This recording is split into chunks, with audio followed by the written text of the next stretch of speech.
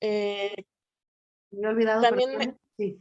sí, Ujú. también menciona, esta parte cuando las personas o las personas que sufren este estrés postraumático, omiten información o la confunden por distintas variables. Había bueno, daban el ejemplo de las mujeres que sufrían de agresión sexual y hacían mención que muchas veces es porque sigue siendo muy doloroso compartir esa información o incluso les daba como pena saber que la gente sepa más bien que fueron agredidas de cualquier modo. Entonces, eso también complicaba mucho la realización de todo esto por omitir el tipo de información por distintas variables. Muy bien, Diana, exactamente. Ahí también tenemos otro factor importante. La gente no está preparada para discernir entre sus propios sistemas, no tienen la formación y la información, ¿no? Para discernir si esto se trataba de algo que viene sucediendo con anterioridad o bien es detonado después de la experiencia. Y por supuesto, en los casos de acoso, encontramos que muchas veces, por la misma vergüenza, ¿no? Y ahí ya tendríamos que sondear en muchos aspectos por qué la vergüenza, ¿no? No se comparten detalladamente estas situaciones que sí pueden contar como fenómenos traumáticos, como sucesos traumáticos.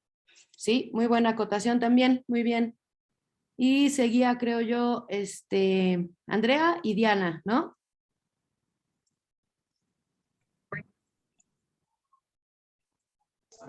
Sí, yo nada más como tengo una pregunta. Otro error que podría ser es que, por ejemplo, la situación bueno, me haya ocurrido una situación traumática, ¿no? Pero dicha situación no es traumática para otra persona. ¿Eso podría ser como un error también? Sí, justo veníamos hablando de eso, ¿no? Por ahí se mencionaba en la lectura algunos de los sucesos. Del que recuerdo ahorita claramente es el atentado que hubo, ¿no? En Estados Unidos el 11 de septiembre de no me acuerdo cuándo, pero contra las torres estas gemelas, que fue para ellos muy significativo porque claro, al ser una superpotencia cuya estructura pensaban estaba casi casi que blindada, ¿no? Porque hace mucho que no tenían, gracias Dianita, Diana, perdón, no sé si les guste Dianita, mejor, no arriesgamos. Se sentían, digamos, blindados, súper protegidos y de pronto pues se dan cuenta que están completamente expuestos. Ahora, nos merecería otra clase platicar si fue de verdad un atentado o fue un autoatentado, pero bueno, eso no es tema de hoy. El caso es que la gente, la que vivió esa situación, y no solo la que lo vivió directamente, sino en cada una de las personas de esa cultura que se sentían súper poderosos y que se dan cuenta que están expuestos, hubo todo tipo de reacciones. Una de ellas fue el estrés postraumático, pero no le dio a todos, Andrea, ¿no? Entonces ahí nos damos cuenta que el mismo fenómeno, el mismo suceso que podría generar trauma en una persona, puede no generarlo en otras. Entonces, dónde podríamos encontrar el origen de dicho trastorno? Esa es una buena pregunta. Bueno, Diana Laura, adelante y luego Alison, por favor. Maestra, bueno, justo con lo que mencionaba Dani, iba a decir que también la lectura mencionaba de la parte de la subjetividad, ¿no? Que como bien se dice que tal vez pueda ser un mismo hecho, pero no a todos les causa la misma respuesta. Entonces, para unos sí puede ocasionar este postraumático, pero para otros no. Entonces, esta parte de la subjetividad de las personas y bueno, el cómo la viven y cómo si para ellos la consideran ay, no sé cómo decirlo. Bueno, pero básicamente es la subjetividad de las personas. Sí, pues bueno, es la subjetividad, claro, por supuesto, sí, y también pues todas las déficits y vulnerabilidades que ya veníamos hablando de ello, para con un diagnóstico, es decir, si tu persona tenía desde antes rasgos de ansiedad o presencia de algún otro trastorno, llámale como más bien el que tú escojas, y no estaba detectado, no estaba diagnosticado, y ante este suceso se diagnostica ya después, o bueno, se presenta más bien un trastorno de estrés postraumático, pues evidentemente ahí tenemos que tomar en cuenta los síntomas anteriores. para el tratamiento, para que el tratamiento sea efectivo. ¿Sí? ¿Sí? Y por eso es que estos HEP o estos instrumentos que sirven para la evaluación de este tipo de trastorno sigue siendo limitado, ¿no? Y no puede ser aplicado de manera generalizada, como está diciendo Ricardo en el chat. ¿Vale? Alison, te escucho. Yo tengo una duda, maestra. Sí. En la lectura decía que el TDA tenía una duración máxima de un mes. TEA. Ajá, el TEA. Uh-huh. Y el TEP, entonces eso quiere decir que pasando ese mes, quiere decir que ya es TEP. Esa es una de las vicisitudes que se están reformulando todos los estudiosos de este tipo de instrumentos, porque justamente esto ha ido cambiando, se actualiza, se cambia, se actualiza, se cambia en los diversos manuales, porque en realidad esta es una problemática, es como preguntarnos, entonces, si pasa un día más de ese mes, se convierte en TEP, y si en el día exacto acaba, entonces siguió siendo un TEA, ¿sí? Entonces, se está planteando la necesidad de trabajarlos del mismo modo, porque estrés es estrés. Ahora, sí tiene sus diferencias el estrés agudo para con el estrés postraumático, sí las tiene, pero podríamos pensar en en un origen muy cercano, muy similar, si no es que el mismo, ajá, y entonces no habría necesidad de dividir uno con otro, sino de trabajarlos de manera conjunta.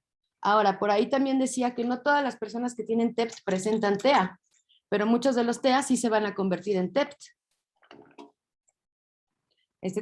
Muy bien, Alison, por cierto, porque justo este tipo de cuestiones es lo que se critica en esta lectura que hicimos, ¿no?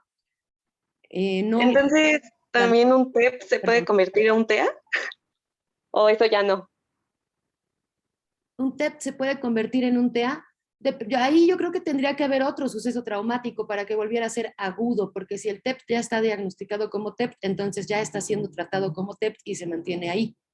Pero si existe otro evento traumático, no dudo que pueda volver a hacerse TEA. Oh, wow.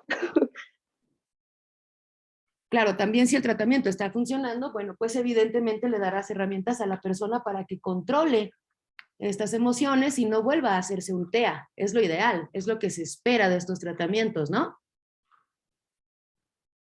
Sí, maestra, gracias. Bueno, a ver, creo que seguía Jimena o Diana, ya me hice bolas, perdónenme. Creo que yo, maestra. Adelante, Jimena, te escucho. También hay una parte en la lectura que dice que va a existir como un tipo de evitación o negación ante el evento traumático y por lo cual van a confundir, como digamos, los sentimientos del trauma con algún trauma que ya tuvieron hace tiempo.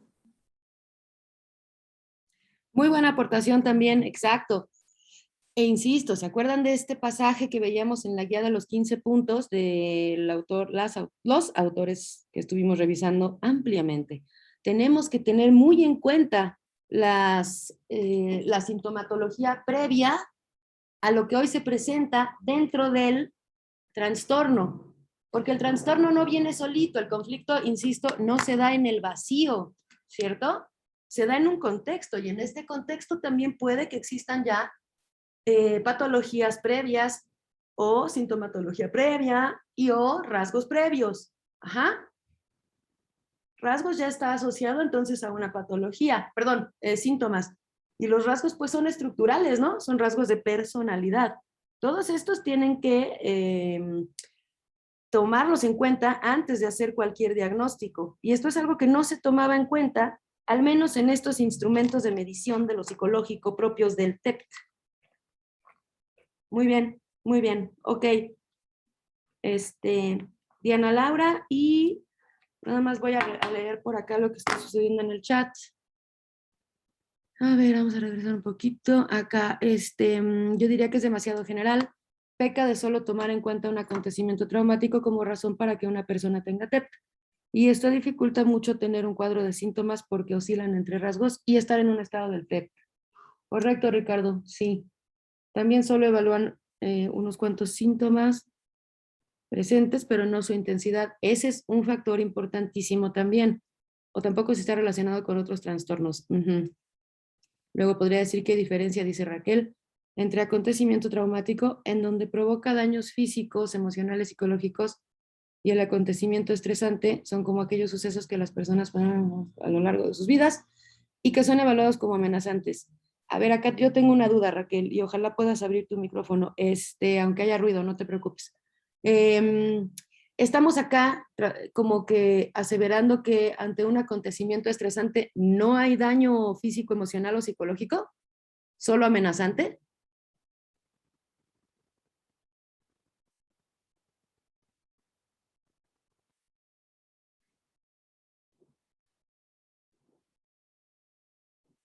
Bueno, en lo que piensas tu respuesta, vamos a escuchar a Andrea, que dice, yo también tengo una duda, pero no puedo levantar la mano. Adelante, Andrea.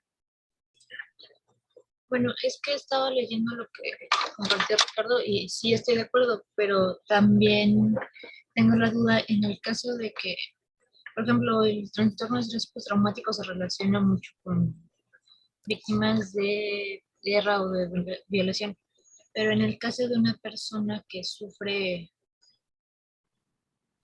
por ejemplo, un abuso ya sistemático durante varios años, por ejemplo, durante la infancia, también pueden generar trastorno de estrés postraumático. Entonces, ¿cómo podemos, si cumple tanto en sintomatología como en duración, qué tanto podemos decir que es o no es estrés postraumático según la situación? Porque cada individuo lo presenta diferente, ¿no?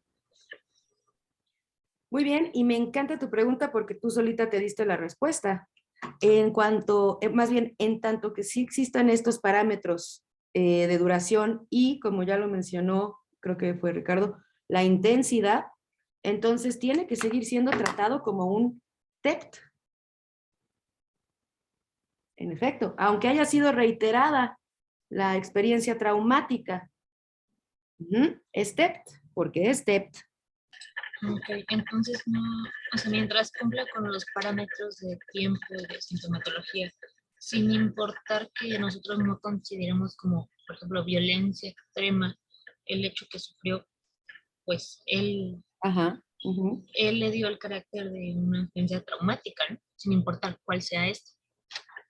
Exactamente, y una vez más te estás refiriendo a la escala de lo subjetivo, al valor subjetivo, al acontecimiento subjetivo dentro de este acontecimiento traumático. Ese, Andrea, y por eso es una muy buena aportación, porque ese es el más difícil de evaluar, de diagnosticar o por lo menos de explorar, pero ese va a ser determinante para la consecución de nuestro diagnóstico. Entonces, claro, una persona que ha vivido reiteradas violaciones a cualquier aspecto de su persona, pues por supuesto que está viviendo este evento traumático también de manera reiterada. Entonces, sí, como dices, se cumplen ciertos estándares, cierta sintomatología, pero la misma persona, el mismo paciente, puede ya no evaluarlo como un evento traumático, aunque sí lo está haciendo. Pero es tan reiterado y tan común y tan, digamos, repetidas ocasiones, tanto se da en tantas ocasiones, que la persona ya no lo ve como un evento aislado, como generalmente se ve cuando es un TEPT. Por ejemplo, pandemia. Todos sufrimos la cuestión del aislamiento, todos estuvimos expuestos a pérdidas, pues tanto familiares y los que se salvaron de perder familiares, entonces quizá se vieron envueltos en situaciones traumáticas de otras personas cercanas a ustedes, ¿no? Todo esto fue reiterado, ¿cierto? Y esto también puede provocar un TEPT. Yo diría que ahorita mucha parte de la población está sobreviviendo con TEPT, ¿sí? Entonces no tiene que ser un solo evento aislado para que se convierta en un trastorno de estrés postraumático. Muy bien, Andrea, muy bien. Buena duda. Laura, te escucho. Sí, se supone que se necesita de una evaluación exhaustiva para conocer como el acontecimiento traumático de la persona y así poder conocer como su sintomatología para tener un tratamiento. Si no existe em, algún evento o acontecimiento traumático se puede diagnosticar el TEP? Una vez más estaríamos en presencia de algún evento que para la persona sí fue traumático. Tal vez tú o alguien más no lo consideraría traumático. Te voy a poner un ejemplo a lo mejor un poco simplista, pero que creo que va a funcionar didácticamente. La pérdida de una mascota. Para alguien diferente a la persona que sí lo vive como un trauma, no sé, que se le escapó el gatito y se lo atropelló la ambulancia que iba pasando rapidísimo, pues seguramente es un evento muy traumático para esa persona. Yo lo puedo decir seguramente, pero ¿qué tal que para otras personas eso no significaría un acontecimiento traumático? Pero para la persona que llega a nuestro consultorio sí. ¿Sí? Entonces es el factor subjetivo, es qué eventos la persona identifica como traumáticos. Eso es lo primero en lo que tú tienes que poner atención para no caer en el mecanicismo de aplicarle entonces tu instrumento de la manera más mecánica, ¿no? Y decir, no, no es TEP, nada más llora y ahí después te vas a estar bien. ¿Sí me explico, Laura? El evento o la importancia del evento te lo va a decir siempre el factor subjetivo.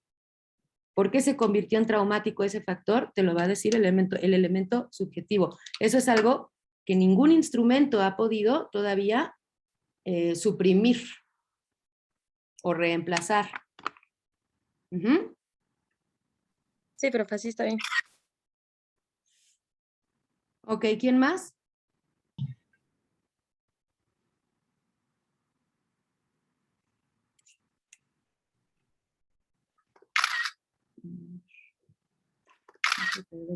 No podría ser, ay, Sí, dale adelante, Silvina.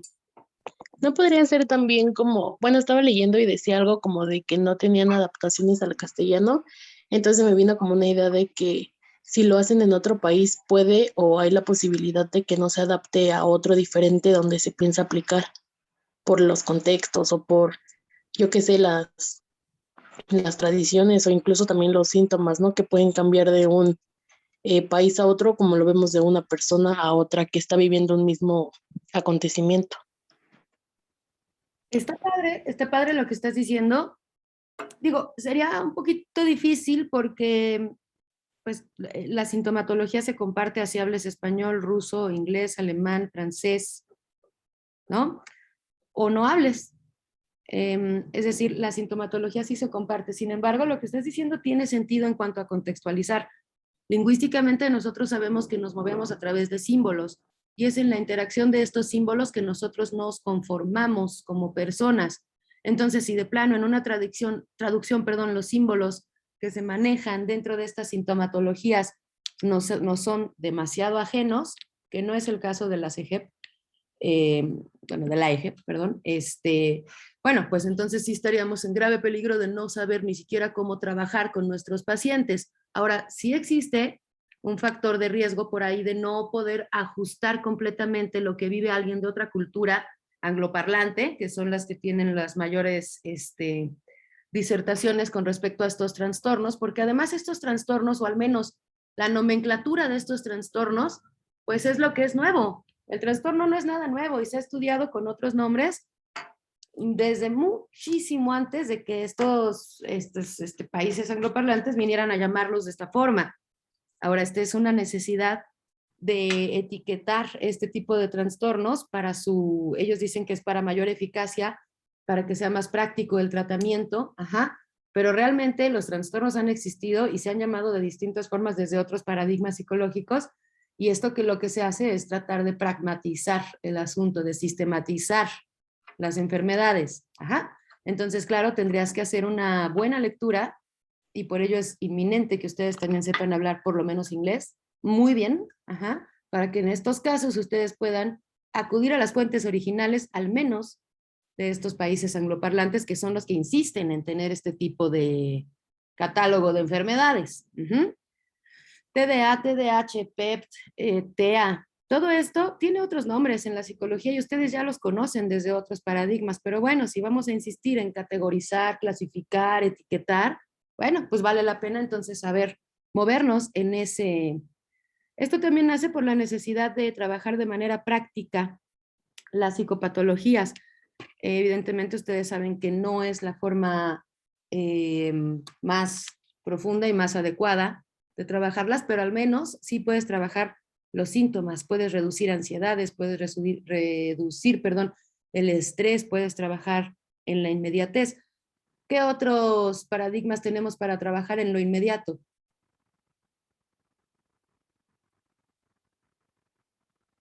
Que no sea este paradigma psiquiatrizante. ¿Cuál otro tenemos?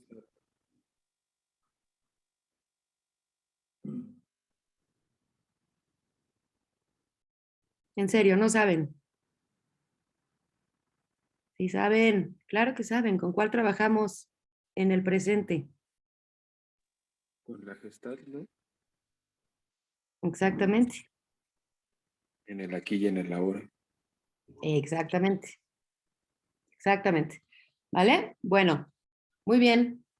Voy a leer lo que está pasando acá en el chat. Dice Ricardo, yo puedo también decir que hay una gran diferencia entre los test que se utilizan y la entrevista, ya que la primera se limita a solo saber cosas en específico y la otra nos deja indagar más, pero en es esta última la que nos deja trabajar más con otros puntos de vista, no, con sus otros puntos y los que dicen mis colegas, entonces vuelve menos útil los test. Pues sí. Creo que la importancia, la importante, dice la importancia o lo importante, ¿no? Es poder identificar los síntomas y características del TEPT para no poder confundirlo con casos de estrés. ¿Cuáles serían los criterios o características más importantes para poder diagnosticarla? La duración y la intensidad, mi querida Dani, mi querida Dani. Luego dice Ciania. También nos dice que un error es su propia evaluación, ya que solo evalúan el número de los propios síntomas que se presentan. El número de los propios síntomas, ok, sin sumergirse directamente en la frecuencia de ellos, ¿correcto? Ajá. Y entonces la lectura misma nos dice que es más fácil asegurarse de que dicha sintomatología esté relacionada directamente con el evento traumático. Así es, Yania. Tiene que haber una relación directa. Por eso lo que preguntaba, creo que fue Laura, es muy pertinente. ¿Y cómo vamos a saber que para la persona sí fue un evento traumático de esa índole que le provoca un trastorno, un TEPT, ¿no? Siendo que para otra persona ese mismo evento no le provoca un TEPT. Luego dice, Dani, dice, menciona algo en la lectura. ¿Se podría diagnosticar TEPT sin haber tenido eventos o acontecimientos traumáticos donde se pueda tener TEPT? Ah, caray. A ver, ¿cómo, Dani? Explícame un poquito más.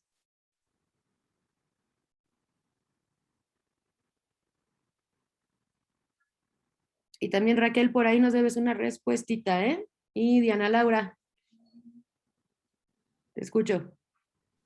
Maestra, yo tengo una duda. Bueno, es que en una parte de la lectura, como se basa en el DSM-5, en la parte del criterio A, que es donde se establece que ocurrió un acontecimiento traumático, abajo dice que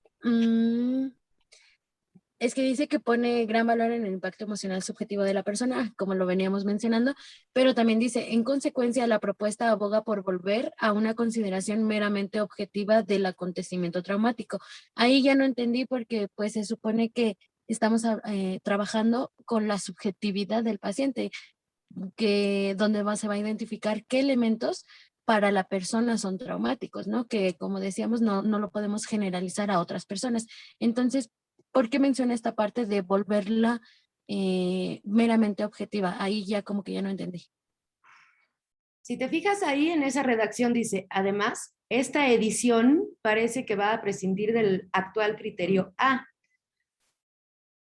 Entonces, esto es pues una crítica que se le está haciendo a esta edición del DSM, justamente, porque en el DSM lo que se propone es volver a esta consideración meramente objetiva del acontecimiento traumático, obviando la respuesta subjetiva, lo cual, pues para hoy, nos queda corto, porque no podemos obviar en ningún sentido, bajo ningún criterio, el elemento subjetivo.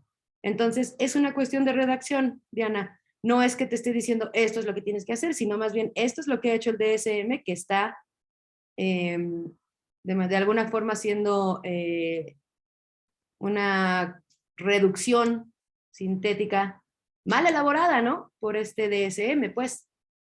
Y aparte el DSM ha dicho primero que sí se toma en cuenta el valor subjetivo y luego que no, luego que sí, van cambiando conforme cada edición. Entonces, pues acá está justamente los autores de esta lectura están diciendo, bueno, pues evidentemente sí se tiene que tomar este criterio A en cuenta porque es simplemente el primer criterio a tomar en cuenta ante un TEPT. Ajá. Y el DSM insiste en volver a la consideración objetivista o objetiva. Es una crítica. Si quieres lo releemos para ver si ya queda un poquito más claro.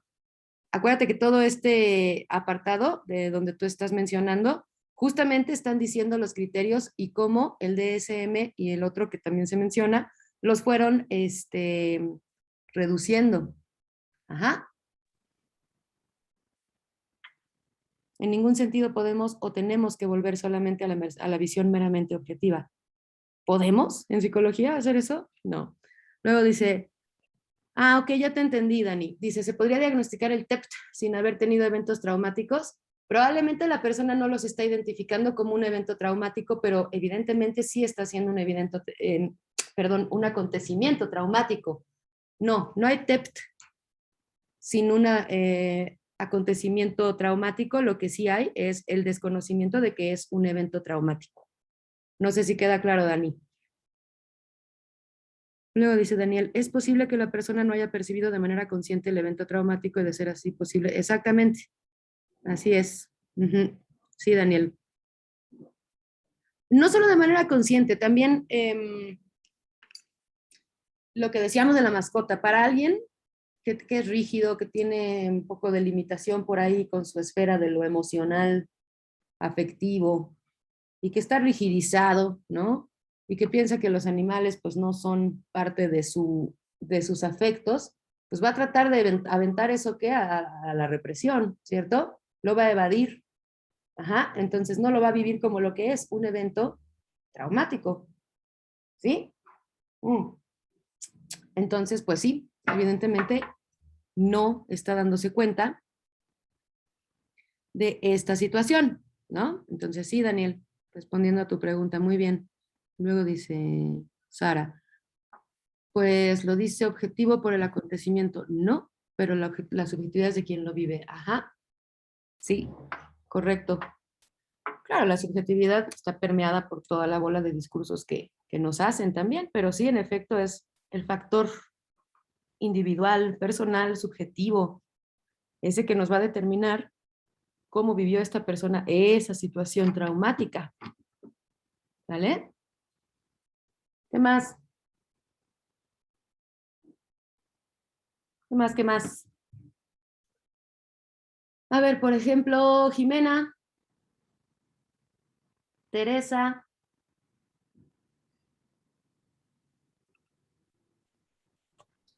Bueno, ya había levantado la mano, pero me ganó en la idea que había dicho mi compañera Diana con respecto a que las personas, o bueno, en este caso, las personas que habían sufrido de esto evaden las respuestas o simplemente no se acuerdan, pero me ganó y pues ya mejor bajé la mano con respecto a esa idea, porque me llamó mucho la atención y es cierto, cuando a mí, bueno, dar un ejemplo, cuando a mí me asaltaron, yo no me acuerdo muy bien de si o ya me lo estoy metiendo yo, si llevaban palos o pistolas.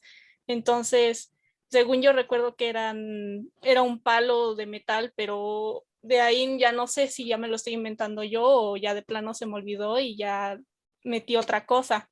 Y no me acuerdo si eran 3 o eran 2, entonces se van olvidando eso o se va inventando. ¿Cómo era esa parte también que había dicho usted, maestra? Que era la parte en la que volvemos a recrear la escena una y otra vez y omitimos y metemos y bueno, así por llamarlo así. Correcto, muy bien, muy buena participación. A ver, si alguien se acuerda de este paradigma del que nos está haciendo referencia Teresa, aquel que habla de que nuestros recuerdos son más que recuerdos, reconstrucciones, puntito.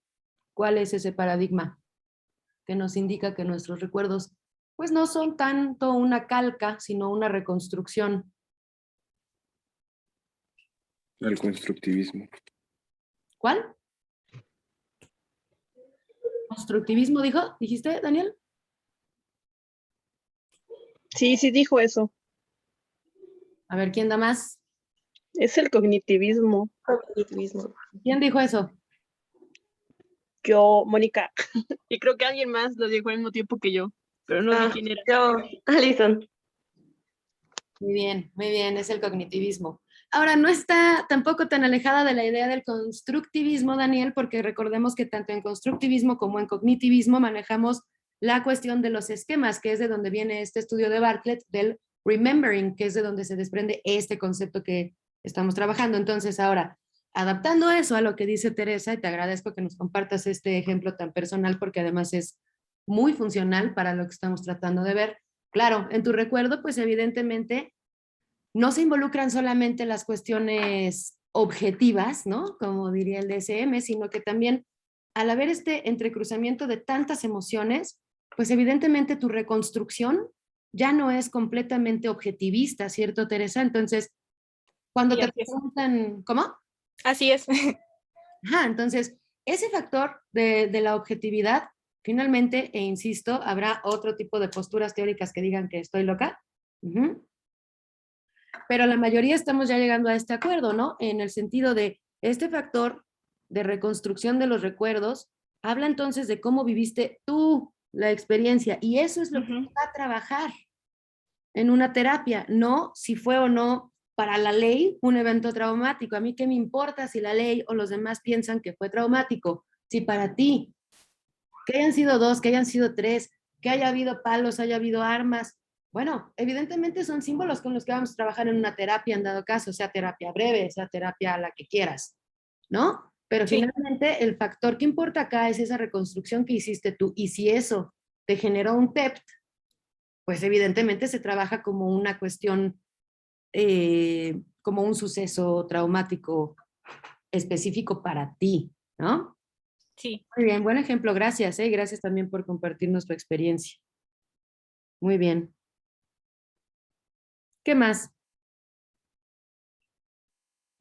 A ver, a ver, ya está la respuesta de Raquel. Dice, yo me refería más que si hay estrés en las situaciones traumáticas en donde desarrollan tras experimentar el evento como desastre o agresión sexual.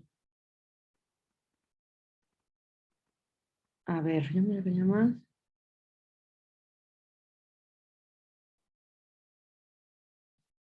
O sea, la pregunta concreta, Raquel, es si hay estrés después de experimentar desastres o agresión sexual.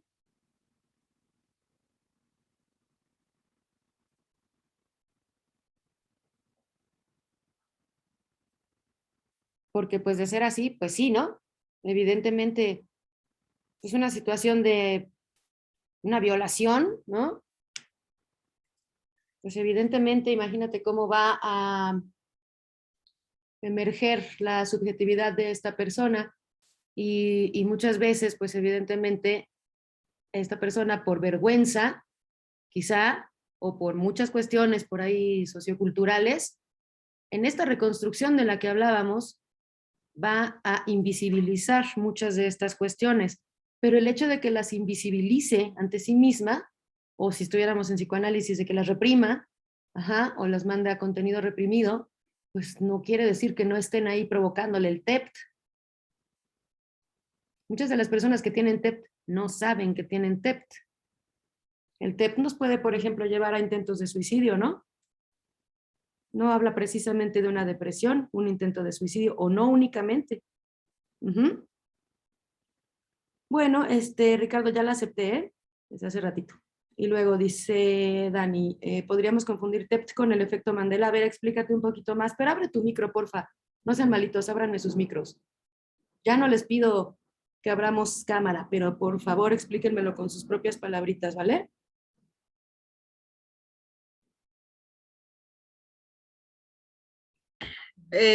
Sí, por ejemplo, lo que comentaba la compañera que no recordaba qué objeto era lo que llevaban las personas que la asaltaron.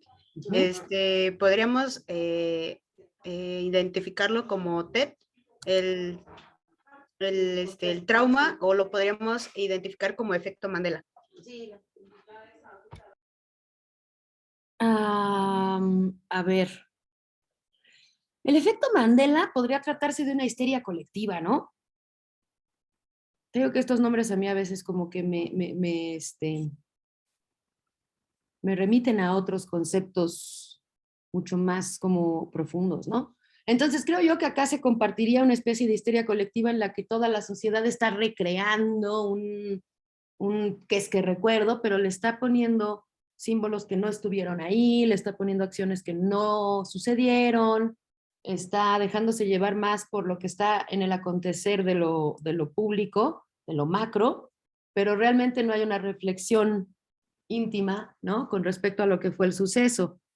Entre muchas otras cosas, eso sería más bien una histeria colectiva, insisto yo. Entonces, pues sí, por ejemplo, en el ejemplo que venía ahí en la lectura, que son varios, pero ahorita recuerdo este del 11 de septiembre, ¿no? Pues eso también fue una especie de, ¿qué? ¿De efecto Mandela? ¿A eso te refieres, Dani? Y entonces la pregunta... Ajá. Sí, a eso me refería. Ajá, y entonces la pregunta es si todos ellos podrían tener TEP. Sí. El gringo vive con TEP, ¿no? Pero sí. Respondiendo, sí. Ok, gracias. Luego, dice Daniel, en el bucle de relatos será el cambio, será debido a constante flujo de percepciones. Se resignifica con diferentes emociones o afectos, haciendo que el sujeto escoja la narrativa que le resulte más permisible. Bien, ya te fuiste allá a buscar cómo es el remembering. Muy bien, Daniel, exacto. Nosotros, pues no hacemos una calca. No es que podamos tomar una fotografía y siempre vayamos a recordar en nuestras mentes como si fuéramos esa fotografía. Pues claro que no.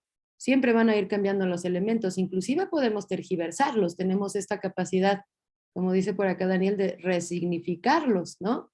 Si tú tuviste una infancia que fue medianamente feliz y de pronto tienes un recuerdo que no fue tan placentero, tienes de dos opciones. O lo mandas a contenido reprimido y difícilmente te vas a acordar de ellos, salvo en terapia. O bien, le vas cambiando conforme pasa el tiempo, 2, 3 factores, lo resignificas y lo vuelves un recuerdo feliz. Así de poderosas son nuestras mentes, ¿no? Y luego dice Sara, es que el efecto Mandela son más como hechos y no necesariamente son traumáticos. Sí, supongo que por eso una histeria colectiva quedaría un poco más para con lo que estaba preguntando Dani, ¿no?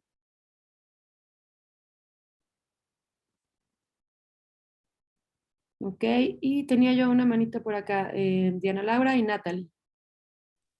Yo tengo una duda. Bueno, es que hace rato mencionaban acerca del ejemplo de una violación, que si esto sucede de manera constante, la persona que ha sido violada ya no lo ve como un elemento aislado, que era lo que mencionaba hace un rato. Pero, por ejemplo, en la lectura mencionaba que incluso se había detectado casos donde existía esta sintomatología del TEP, pero tras la exposición repetida de estresores menores. Entonces, por ejemplo, de esta situación, como ocurría de manera repetitiva, la persona ya no lo veía como algo aislado a ella. Pero, por ejemplo, en este caso, que sí se vuelven, estos estresores menores se pueden volver TEP. Por supuesto. Pues porque ya hubo la primera exposición al evento que sí es traumático. Ninguna violación alguien la puede significar como no traumática. Nunca, jamás se ha visto un caso donde la privación de todos tus derechos sea como algo no traumático. Ahora sí es reiterado. También lo que sí se puede hacer, y yo me he dado cuenta en muchas de mis pacientes, es que ya no lo viven como algo que las lleve a tener TEP. Lo resignifican de una manera poderosísima, lo trabajan de una manera grandiosa, ¿sí? Y lo viven como una agresión, pero esto no les provoca el TEP, ¿correcto? Son estructuras un poco, válgame la redundancia, ya mucho más estructuradas. Y habrá otras personas que tengan otros déficits, otras cuestiones asociadas a esta violación, que entonces les provocan el TEP. Pero la violación, bajo ningún criterio, puede no ser un evento traumático. Entonces, en ese sentido, claro, por ejemplo, ahí viene el síntoma de la evitación, ¿no? Si tú te estás dando cuenta que tu paciente te dice, no, yo ya no quiero ni tener nuevas parejas, ni acercarme a nadie, la verdad es que ya ni disfruto los encuentros sexuales, hasta me pongo ansiosa, nerviosa, pues ahí hay un claro indicio de alguna violación, ¿no? Entonces, claro, puedes darte cuenta por los atenuantes, por decirlo así, de que estás en presencia de alguien con TEP. Esa evitación es parte del TEP. ¿Sí? ¿Me comprende? Maestra, gracias.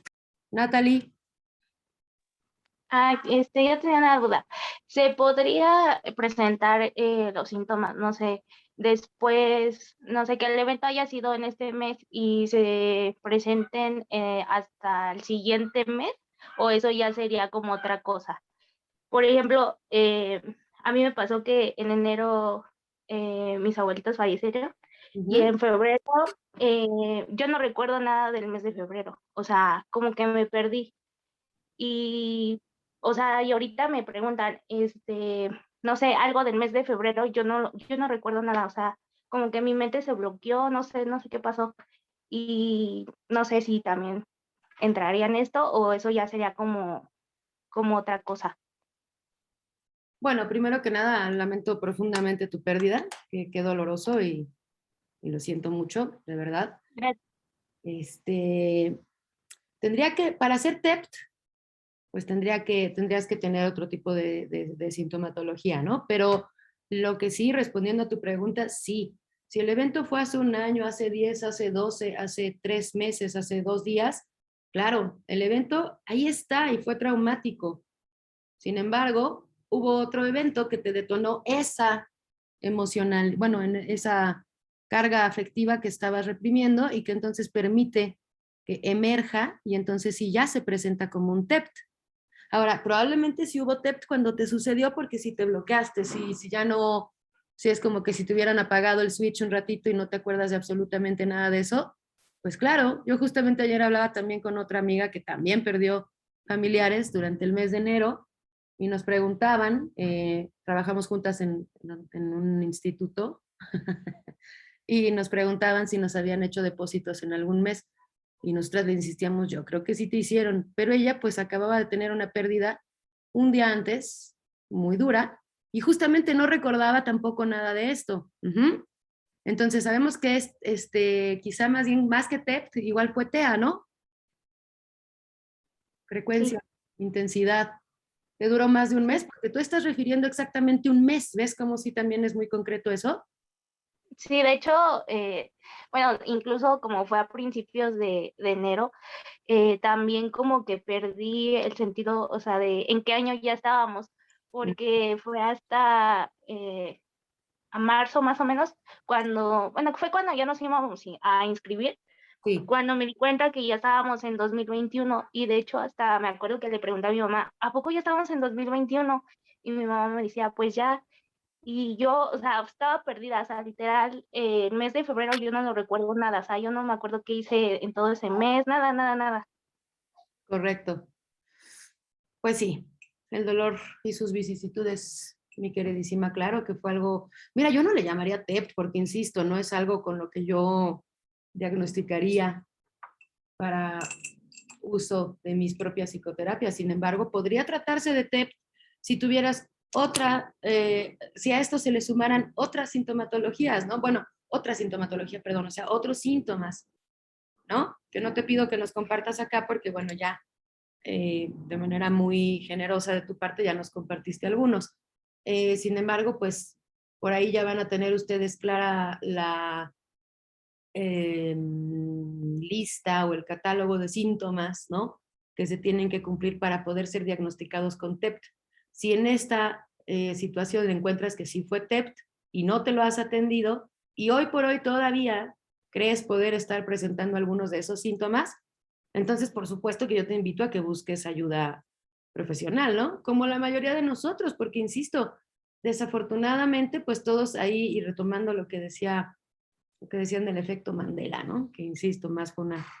Pero bueno, pues todos estuvimos sumergidos en este tipo de cuestiones profundamente dolorosas.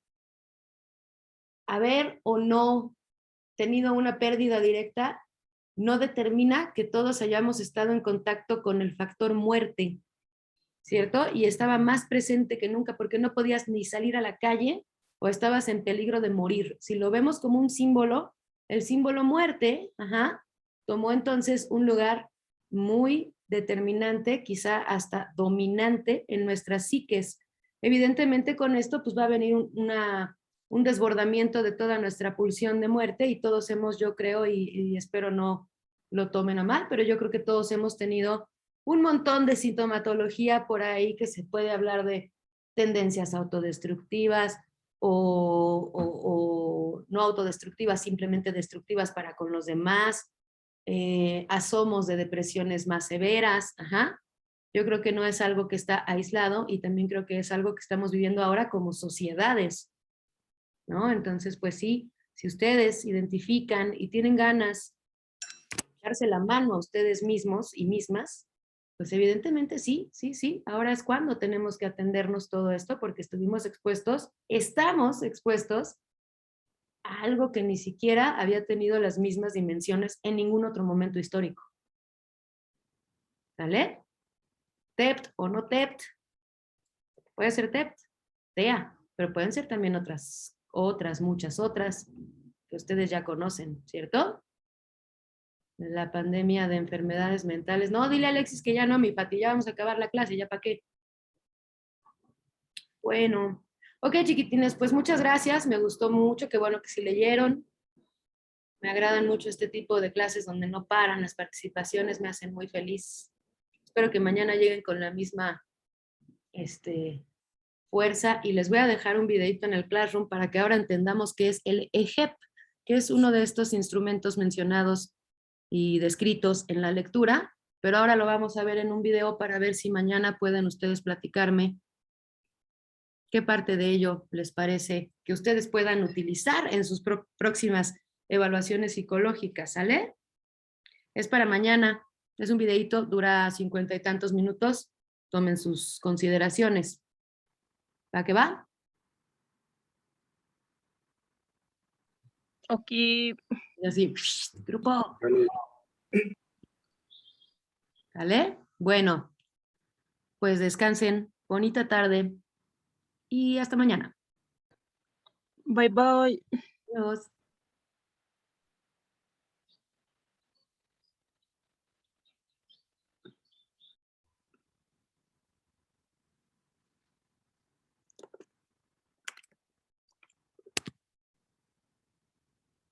Ah, Fati, no pasé lista, pero tomé quienes estaban. Déjame tomar una última para. Gracias, profa. ¿Entraste tarde o algo? Porque si no, sí vas a... No. ¿No? Ah, No. Sí. Gracias, Fati. Vale. Gracias. Que esté bien. Nos vemos mañana. Chao.